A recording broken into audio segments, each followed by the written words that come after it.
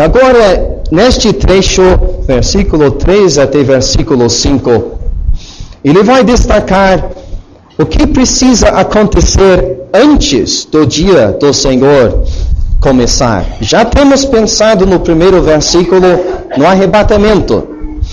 Mas nós lemos aqui neste versículo de mais duas coisas. Porque não será assim. O dia do Senhor não vai começar sem que antes venha a apostasia. Primeira coisa. E se manifeste o homem do pecado. A segunda coisa. Então essas duas coisas vão ter que acontecer antes do dia do Senhor começar. Por isso, temos dito que o dia de Cristo começa bem na hora do arrebatamento, mas vai demorar um pouco o começo do dia do Senhor, conforme o que nós temos aqui.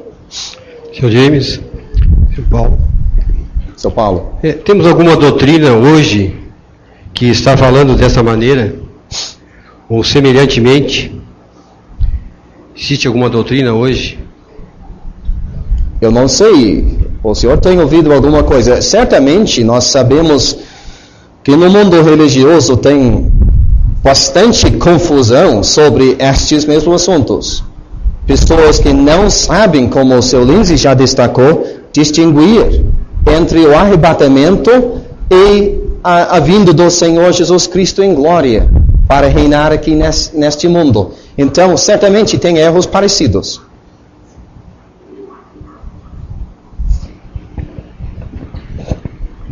Na livraria Luz e Vida é possível comprar livros que ensinam que a vinda do Senhor Jesus para o seu povo será apenas após a tribulação. Então, está por aí. Seu James, o significado da apostasia. O que é a apostasia? O Senhor mesmo falou um pouco sobre esse assunto ontem. Quer dizer uma revolta contra Deus, uma rebelião contra toda a palavra de Deus, a obra de Deus, qualquer conceito de Deus, oposição total contra Deus neste mundo. Nós vamos ver no versículo 7, já o mistério da injustiça opera. Estamos vendo o começo dessas coisas. Mas eu creio que nós não temos como imaginar realmente o significado dessa palavra, a apostasia total que vai haver neste mundo depois do arrebatamento. Certamente vai haver, de escala mundial, a negação das doutrinas fundamentais da Bíblia. Por exemplo, a divindade do Senhor Jesus Cristo. E também o valor do seu sangue expiatório. Tudo isso será negado, quase mundialmente. Sem dúvida. Já é negado por muitas falsas doutrinas por aí, né? E vem aumentando cada vez mais. Sim, mas uma coisa nós temos que entender, estudando essa passagem, para nós, parece que a situação neste mundo já é terrível, mas vai piorar muito, muito mesmo depois da vinda do Senhor Jesus Cristo.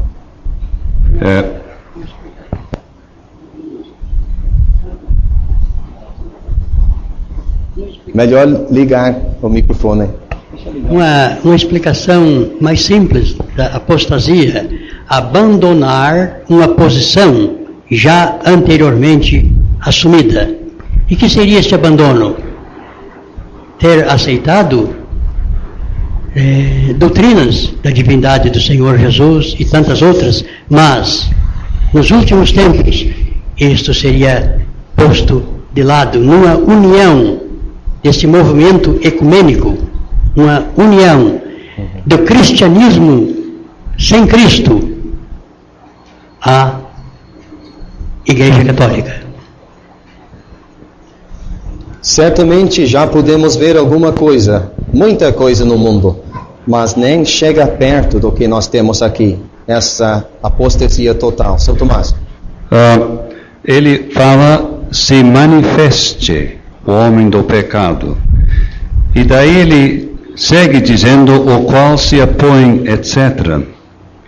Então, no início da 70ª semana,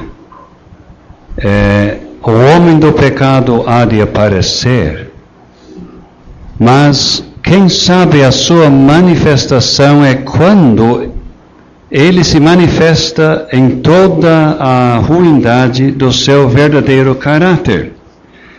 Ele não está se interessando em negar a trindade do Senhor Jesus Cristo, ou negar a inspiração da palavra de Deus. Ele tenta destronizar a Deus, reivindicando para si divindade.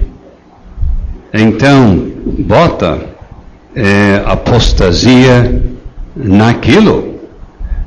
Aí está. Eu sou Deus. Tem que me adorar como Deus. Esta é a apostasia. A impressão que eu tenho é que o dia do Senhor, por aqueles dias, começa e se manifesta no derramamento dos mais severos juízes sobre o mundo, dali em diante até a descida do Senhor Jesus mais tarde. Sim, eu concordo com isso. Eu creio que logo depois do arrebatamento, este homem vai aparecer. Mas a manifestação que temos aqui, como o senhor destacou, eu concordo plenamente, é diferente. É a manifestação do seu caráter verdadeiro. E isso vai levar um tempinho. Não vai aparecer primeiro no início. No início, todo mundo vai achar que agora nós temos o homem que precisávamos para resolver todos os problemas das economias do mundo e todos os problemas políticos. Mas depois de um tempo, ele vai revelar o seu caráter verdadeiro. E não é que ele vai atacar alguma verdade da Bíblia. Ele quer tomar o lugar de Deus.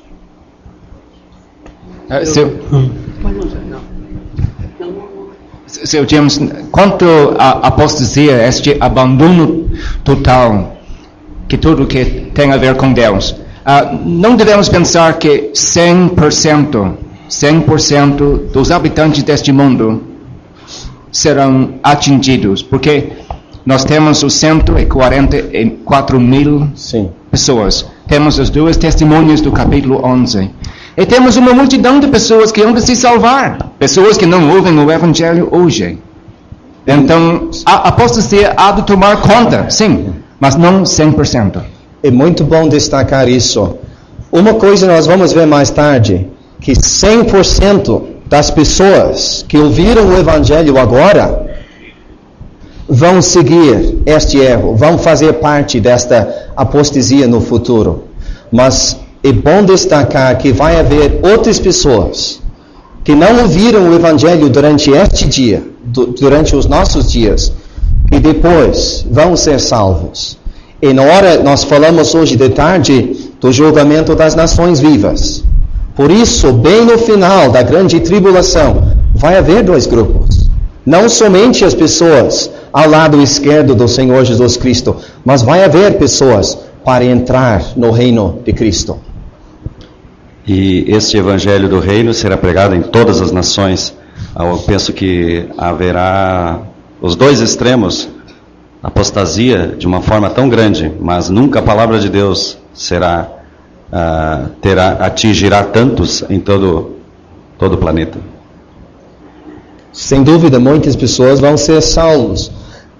E temos que entender que nós estamos lendo essas coisas. Tais pessoas salvas no futuro também vão ter o privilégio de ler essas coisas. E vão entender muito melhor do que nós o significado dessas coisas. É natural que todos esses assuntos ligados ao que estamos estudando saiam nesse estudo.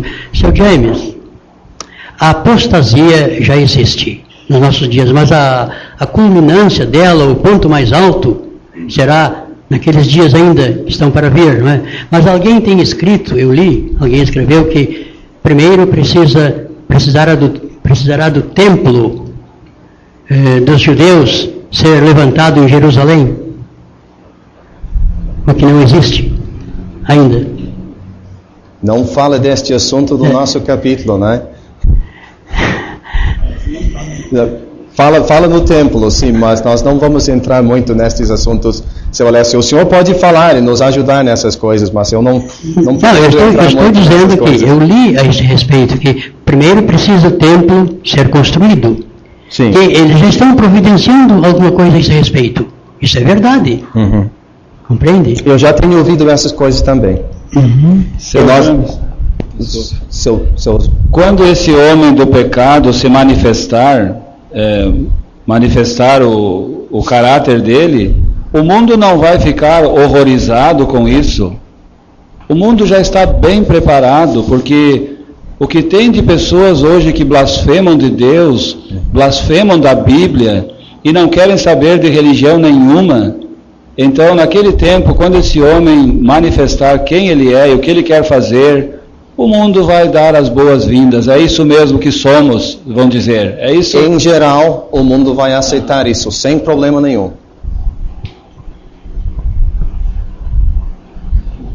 Mas explica alguma coisa sobre esse templo. Que templo? Onde?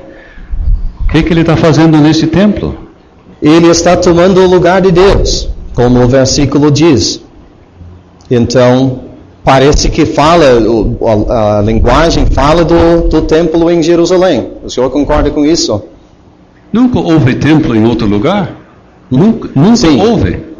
Uhum. Todos os 5 templos são ligados com Jerusalém. Então, já estamos um pouquinho mais adiante. É Jerusalém. Em Jerusalém que ele vai se manifestar. Seu James, por que ele é chamado homem do pecado e filho da perdição? O que se destaca nessas duas expressões? Interessante olhar nessas duas frases. Homem do pecado leva-nos a pensar sobre o caráter dele. Então, qual é a sua característica principal? É pecado. Um homem dominado totalmente pelo pecado. Homem do pecado. O filho da perdição leva-nos a pensar não somente sobre o caráter da sua atividade, mas a sua atividade conduz à perdição. Então estamos pensando mais no futuro. E que nem Efésios capítulo 2, nós lemos sobre filhos da ira, falando sobre o futuro das pessoas não salvas. Então nós temos aqui a frase, o filho da perdição. As atividades dele conduzem à perdição eterna. O senhor já mencionou aqueles que não são salvos, filhos da ira. Mas a Bíblia tem uma frase triste para 2 homens, este Judas, o filho da perdição, né? Interessante que nós lemos essa mesma frase a respeito daquele homem. E o que vemos nele? Um homem dominado pelo pecado também. Seu Alessio. É bom. Melhor ligar de novo. Tá ligado. É bom que procuremos, dentro das nossas limitações, esclarecer todos esses pontos, porque tem muitos ouvidos aqui e ouvintes nessa reunião e não fazem perguntas, mas depois lá fora ou no lugar onde moramos, eles chegam para a gente e fazem aquelas tais perguntas e nos apertam. É verdade. Este homem do pecado, nós lemos aqui, ele será um super-homem. Ele terá como resolver todos os problemas do mundo. Problemas econômicos, problemas políticos, Ele vai ter como resolver o problema lá no Oriente Médio, mesmo que esse problema que se dá agora lá na Palestina. O senhor aceitaria que ele será o chefe da confederação de 10 nações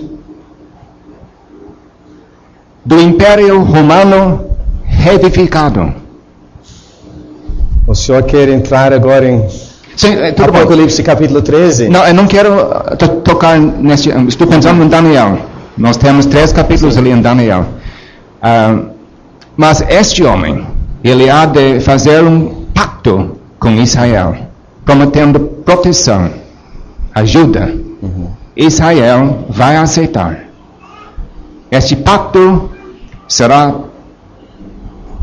para 7 anos. Mas ele há de anular o pacto, ele mesmo, ao entrar no templo, proclamando-se Deus. Este é o momento que nós temos aqui. Exatamente. Que eu acredito, como o senhor explicou ontem, fica bem no meio daquela semana. Exatamente. Mais ou menos no meio daquela semana. Daí ele há de se manifestar como ele é, em toda a sua ruína. E ele há de iniciar a grande tribulação, perseguindo a nação de Israel, severamente. E até mesmo lendo o versículo 4, nós lemos: se levanta contra tudo o que se chama Deus, o que se adora. Ele vai ficar contra até as religiões falsas do mundo. Qualquer coisa que quer tomar o lugar de Deus, não, ele quer aquele lugar. Então, nós vemos a oposição dele contra qualquer religião e contra qualquer coisa ligada com o verdadeiro Deus. Este homem é político ou religioso? Eu vejo ele mais como um homem religioso. Eu teria que dizer. Na minha mente, eu ligo ele mais com a segunda besta de Apocalipse capítulo 13. O assunto é difícil e nós não queremos complicar o nosso estudo hoje. Certamente eu não tenho todas as respostas. Eu acho o assunto difícil, mas algum irmão que quer nos ajudar um pouco sobre o assunto pode, mas nós não queremos confundir todo mundo aqui hoje de noite. Essas perguntas é que são feitas Estamos aqui para esclarecer, não confundir. Exatamente. Este é o objetivo da reunião. Tem tantos irmãos capacitados aqui, eu sei, eu não sou um deles, mas nosso irmão Carlos está muito caladinho, ele deve ter, ele pesquisa muito isso, eu conheço ele, mas ele está muito caladinho, não estou... Sim, gostaríamos de ouvir ele, e outros irmãos também. Realmente nós precisamos da ajuda de todos os nossos irmãos nestes assuntos. Eu ia dizer sobre o templo de Deus, ali no versículo 4, nós sabemos que hoje, com a engenharia e tecnologia dos homens, podem construir coisas grandes e sofisticadas em poucos meses, e dizem que os judeus já têm pedras, material, já tudo pronto, é só alguém lá não, só chegar o tempo e alguém começar a reconstruir e o templo vai aparecer. E aquela mesquita de Omar que tem lá no lugar do templo, um míssil, uma bomba pode tirar aquilo de lá bem ligeiro. Sem dúvida. E bombas tem bastante lá, né? Gostaria de saber, Sr. James, se este homem vai destruir todas as religiões. Certamente ele vai se colocar em oposição contra todas as religiões. E eu entendo isso do versículo 4, o qual se opõe e se levanta contra tudo o que se chama Deus, o que se adora, de sorte que assentará no templo de Deus, querendo parecer Deus. Então ele não vai querer ver nenhuma religião no mundo. Ele vai ser o único Deus deste mundo. Sr. James, sempre conhecido, Sr. James, Este sempre foi o desejo de Satanás. Então, este homem será uma espécie de personificação de Satanás? Sem dúvida. Nós vamos ver isso mais tarde no nosso capítulo. E quem sabe deveríamos entrar no versículo 5 já. E, desculpe, um homem do mundo querer adoração para si não vai ser novidade. Os imperadores, os Césares romanos, muitos deles tiveram isso, exigiram isso até, né? E este homem, como nós já ouvimos, vai ser um homem especial. Muito além desses outros homens importantes que este mundo já tem visto. Então vai ser ainda mais fácil para ele tomar este lugar. Aquele rei Herodes que morreu comido de bichos, era isso que ele estava... Sim. Seu Lindsay. Quanto a essas religiões falsas ao nosso redor, Apocalipse 17, nós lemos da grande Babilônia, uma prostituta. Onde ela está? Ela está sentada sobre a besta. Eu acredito, eu dou o meu ver, a minha opinião. Ela se assenta sobre este homem, controlando-o. Isso vai acontecer pela primeira metade desta semana profética. Pela metade ele há de virar contra ela, tá? Ele há de subjugá-la. Ele há de entrar no templo proclamando-se Deus. Ele vai tentar estabelecer a sua própria religião. Eu sou Deus, todo mundo tem que me adorar. Assim ele vai aniquilar estas religiões falsas. Sim. Seria a ideia, Deus não existe, eu sou Deus. Então, versículo 5, não vos lembrais de que estas coisas vos dizia, quando ainda estava convosco. Eu acho interessante isso. Nós estudamos essas coisas e enfrentamos muitas dificuldades.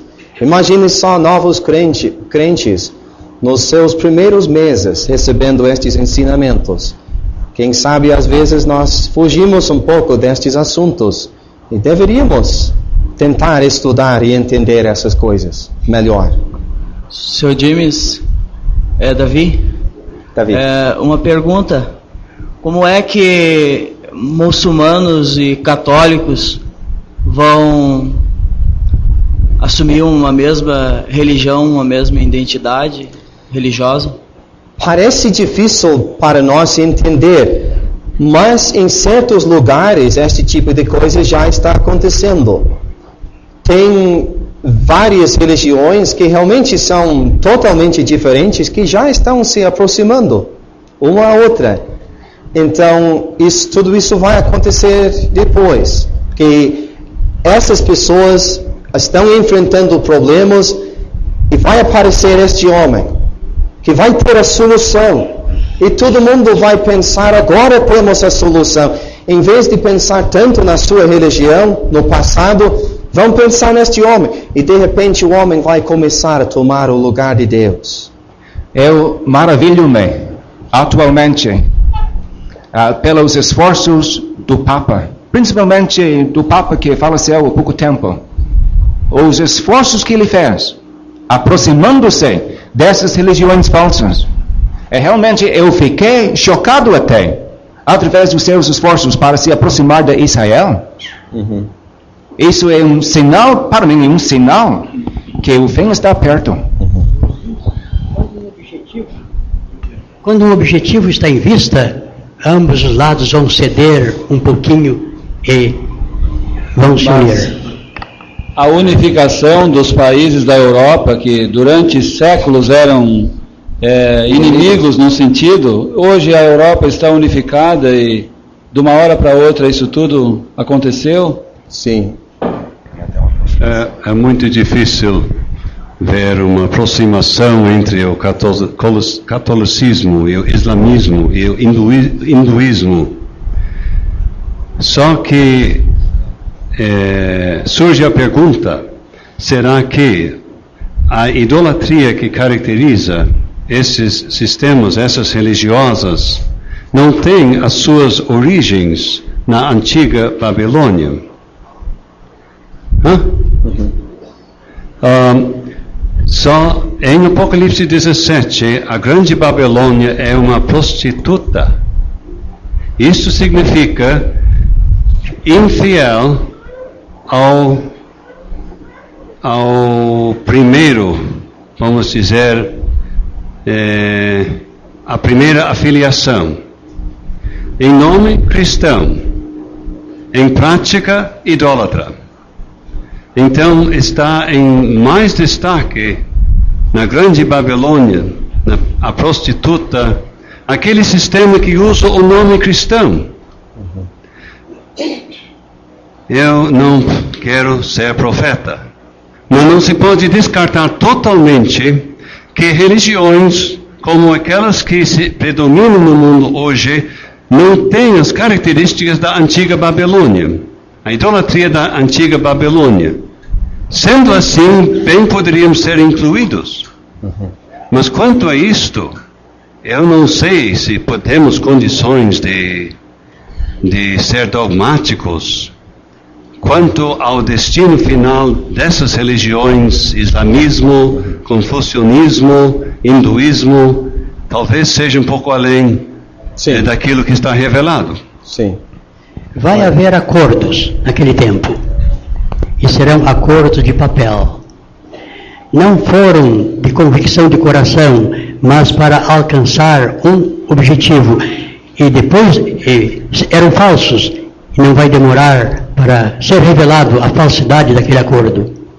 Se você gostou deste vídeo, deixe seu joinha, isso nos ajudará a divulgá-lo. Também não se esqueça de inscrever-se em nosso canal, ative o sininho das notificações para que você receba os novos vídeos, deixe seus comentários. Obrigado por assistir este vídeo.